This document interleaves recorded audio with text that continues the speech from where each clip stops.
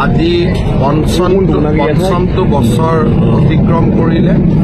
যোৱাকালি আমি 5টা বছৰ অতিক্ৰম কৰিছিলোঁ।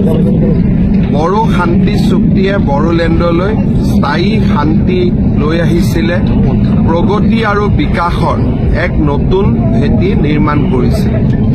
আজিৰ এই গৌৰৱময় দিনটোত বড়ো শান্তি চুক্তিৰ ৰূপকাৰ প্ৰধানমন্ত্ৰী নৰেন্দ্ৰ মোদী আৰু এই শান্তি চুক্তিৰ নায়ক অমিত শ্বাহ ডাঙৰীয়া আৰু এই শান্তি চুক্তিৰ প্ৰধান ঘটক বা প্ৰধান যি উপাদান নিখিল বড়ো ছাত্ৰ সন্থা NDFB মই আন্তৰিক অভিনন্দন আৰু ধন্যবাদ জনাইছো। বড়ো শান্তি চুক্তিৰ সময়ত আপচুৰ সভাপতি হৈ আৰু আজি BTRৰ প্ৰধান হিচাপে প্ৰমোদ বড়ো ডাঙৰীয়াই এই চুক্তিৰ শান্তিপূৰ্ণ ৰূপায়ণ আৰু BTRৰ উন্নয়নৰ বাবে যি বৰঙণি আগবঢ়াইছে তাৰ বাবে তেখেতকো মই অভিনন্দন জনাইছো। বড়োলেণ্ডবাসী আজি শান্তিৰ এক অনন্য উদাহৰণ হৈ পৰিছে, প্ৰগতি আৰু বিকাশৰ এক নতুন স্বৰ্গভূমিলৈ ৰূপান্তৰ হৈছে। আজিৰ এই সুন্দৰ দিনটোত অসমবাসী ৰাইজৰ হৈ মই আটাইকে আকৌ এবাৰ ধন্যবাদ আৰু কৃতজ্ঞতা জনাইছো। BTC নিৰ্বাচন আমি ছেপ্টেম্বৰ মাহত অনুষ্ঠিত কৰিম। ছেপ্টেম্বৰৰ 30 তাৰিখৰ আগতে আমি BTCৰ নিৰ্বাচন শেষ কৰিম, যাতে বিধানসভাৰ নিৰ্বাচনৰ আগতে আৰু অলপ বেছি আগতে আমি এই প্ৰক্ৰিয়াটো শেষ কৰিব পাৰোঁ। আৰু যদি কিবা কাৰণত অসুবিধা হয় আৰু এসপ্তাহ 10 দিন, কিন্তু দুৰ্গা পূজাৰ আগতে নিশ্চিতভাৱে আমি BTCৰ ইলেকশ্যন শেষ। BTC ইলেকশ্যন অকলে খেলিব নেকি বিজেপি? এই গোটেই বস্তুটো নিৰ্ভৰ কৰিব দিলীপ শইকীয়া আৰু প্ৰমোদ বড়োৰ ওপৰত। গতিকে তেওঁলোক দুইজনে বহি একেলগে খেলাৰ সিদ্ধান্ত লয়, নেখেলাৰ সিদ্ধান্ত লয়। যোৱাবাৰতো আমি একেলগে খেলা নাছিলো, পিছত একেলগে চৰকাৰ কৰিছিলো।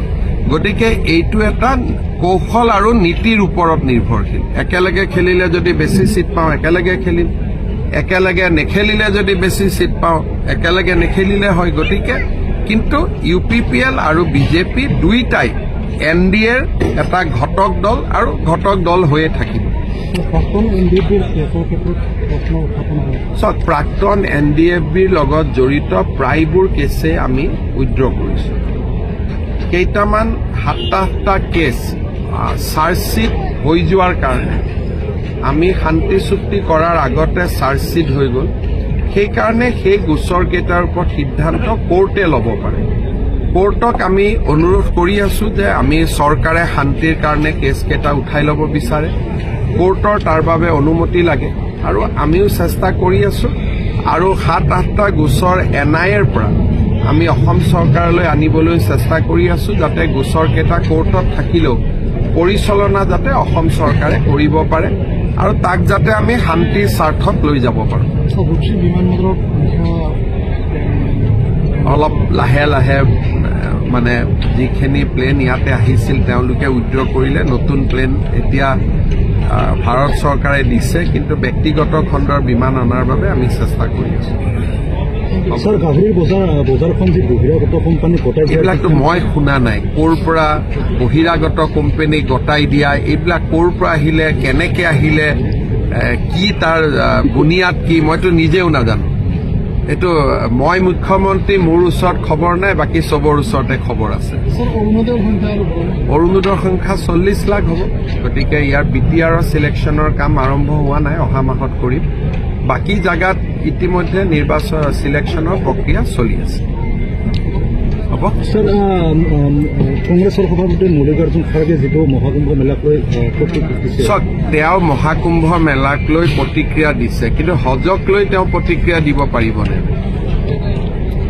যিহেতু আপুনি হজক লৈ প্ৰতিক্ৰিয়া দিয়াৰ সাহস নাই, তেতিয়াহ'লে কুম্ভক লৈও প্ৰতিক্ৰিয়া দিব নালাগে। হিন্দু মুছলমান সকলো একেলগে থাকিব লাগে।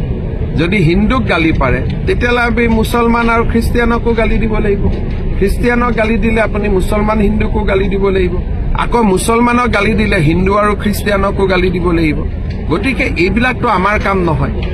সেইকাৰণে মই ভাবো যে কংগ্ৰেছ সভাপতিৰ দৰে ব্যক্তি এজনে ধৰ্মীয় কথা বতৰাৰ ওপৰত মাত মাতিব নালাগে আমি যেনেকে কেতিয়াও ঈদৰ ওপৰত কথা নাপাতো, হজৰ ওপৰত কথা নাপাতো, আমি যেতিয়াও বৰদিনৰ ওপৰত কেতিয়াও কথা নাপাতো, পূজাৰ ওপৰত কথা নাপাতো, তেনেকে আমি নিউট্ৰেল হৈ থাকিব লাগে আৰু তেতিয়াই দেশখন আগবাঢ়ি যাব।